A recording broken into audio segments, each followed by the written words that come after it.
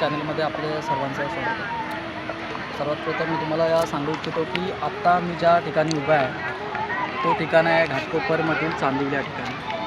तुम्ही बघू शकाल की खूप ठिकाणी मुंबईमध्ये अशा जागा आहेत की मुलांना खेळण्यासाठी खूप अपुऱ्या पडतात, पण काही काही ठिकाणी अशा जागा आहेत की आपल्याला त्या माहीतच नाही आहेत। म्हणजे बघा की पवईसारख्या आणि चांदिवलीसारख्या ठिकाणी ही एवढी मोठी जागा आहे आणि हे गार्डन आहे आणि खूप लोकांना ही माहीत नाही आहे की हे गार्डन एवढं मोठं बनलं आहे। आणि याच्यामध्ये तुम्ही बघाल तर खूप लोक येत आहेत, पण इथे तुम्हाला कोणी मराठी दिसणार नाही। कारण की असं आहे की ह्या ज्या ठिकाणी आहेत त्या ठिकाणी मराठी लोक अशी कधी जायला बघतच नाही आहेत। कारण की ती आपली जागा आहे, आपल्या जागेमध्ये आपण शोधायला पाहिजे, आपण कुठे फिरायला पाहिजे, आपण कुठे फिरायला नको।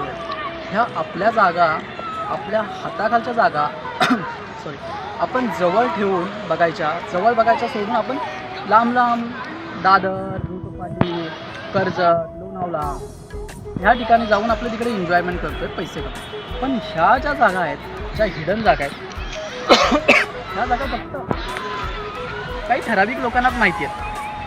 जसे की बघू शकाल तुम्ही परप्रांतीय लोकांना ह्या जागा एकदम प्रॉपरली माहिती आहेत। तुम्ही इथे बघाल ना तर तुम्हाला परप्रांतीय जास्त इथेच दिसते, कारण मराठी लोक तुम्हाला इथे दिसणारच नाहीत। म्हणून ही हिडन जागा मी तुम्हाला दाखवण्याचा प्रयत्न करतो आहे। ही जी जागा आहे ती एक्झॅक्टली पवई आणि चांदिवलीच्या मध्ये ही जागा आहे। तुम्ही बघू शकाल संघर्षनगरचा एंट्री मारायच्या आधी एक गार्डन लागतो आणि तो डोंगराच्या बाजूला, वरच्या डोंगराच्या बाजूला आहे, संघर्षनगरच्या बाजूला। तर ही जी जागा तुम्हाला दाखवण्याचं कारण हेच की खूप लोकांना ही जागा माहिती नाही आहे।